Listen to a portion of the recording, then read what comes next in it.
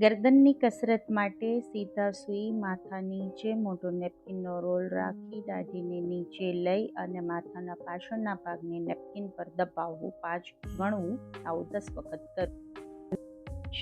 Shoulder exercise માટે માથાને napkin પર દબાવી બંને હાથને બહારની બાજુ ફેરવવા.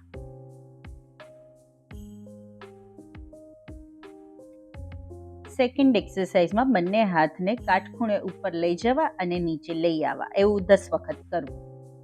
એવી જ રીતે બંને હાથને બહારની બાજુ લઈ જવા અને અંદર લાવવા. ફોર્થ એક્સરસાઇઝમાં બંને હાથને આગળ ક્રોસ કરી અને ઉપર લઈ જવા.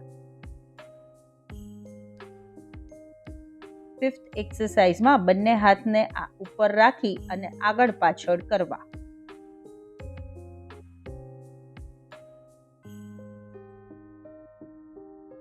થોડા દિવસ આ બધી એક્સરસાઇઝની પ્રેક્ટિસ કર્યા પછી બંને હાથમાં 1 kgના ડમ્બેલ લઈ અને આ એક્સરસાઇઝ આ જ રીતે ફરીથી કરી શકાય છે.